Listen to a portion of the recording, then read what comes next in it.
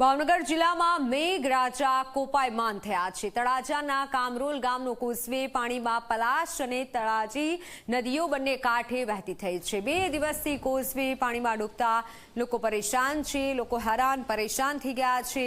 ત્યારે દર વર્ષે આવી રીતે પાણીમાં હોય છે કોઝવે બ્રિજ બનાવવા માટે લોકો વર્ષોથી માંગ કરી રહ્યા છે કે માત્ર ને માત્ર એક બ્રિજ બનાવવામાં આવે, કારણ કે દર વર્ષે ખેડૂતની આ પરિસ્થિતિ છે। આપ જુઓ વૃદ્ધ કઈ રીતે રસ્તો પસાર કરી રહ્યા છે। ભાવનગર જિલ્લામાં છેલ્લા 8 દિવસથી કમોસમી વરસાદ છે એ વરસી રહ્યો છે અને વરસાદને પગલે અનેક જે કોઝવે છે એ પાણીની અંદર ગરકાવ થઈ ગયા છે।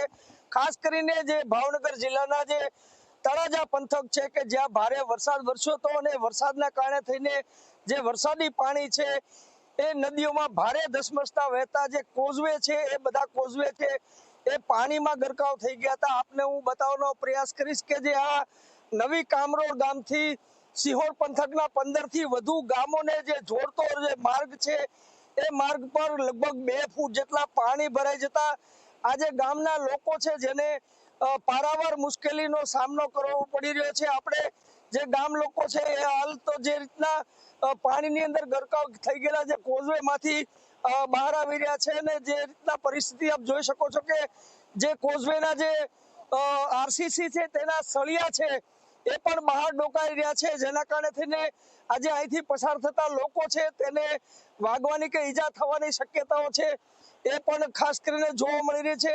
લોકો છે એને સાંકળ બનાવીને આ જે માર્ગ છે એ પસાર કરવો પડતો હોય છે।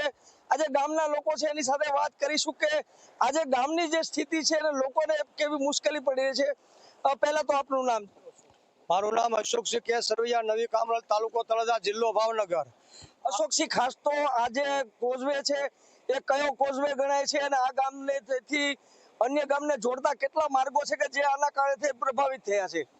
આ કોઝવે અમારો નવી કામરોલ કોઝવે છે। હાજીપુરથી દેવળિયા જતા ઓછામાં ઓછા 7 ગામનો કોઝવે છે।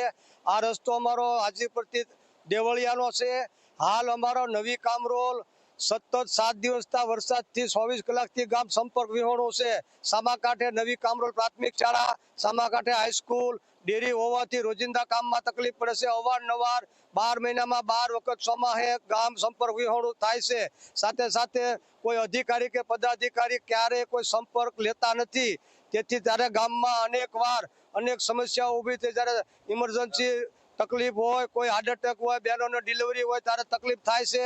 સાથે સાથે આજે અમારા નવી કામરોલ ગામમાં વાડી વિસ્તારમાં એક બેનને ડિલિવરી હતી તો ઇમરજન્સી કોઈ વાહન આવી શક્યું નથી, એટલે અમારું ધારાસભ્યથી માંડી અને સાંસદથી માંડી અને ઠેઠ ગાંધીનગર સુધી અવારનવાર લેખિત મૌખિક ફાઇલો આપી છે। તો તંત્રને અમારી ખાસ સૂચના છે કે આ વહેલી તકે બ્રિજ બનાવે તેવી ગ્રામજનોની માંગણી છે। સાથે સાથે કરીને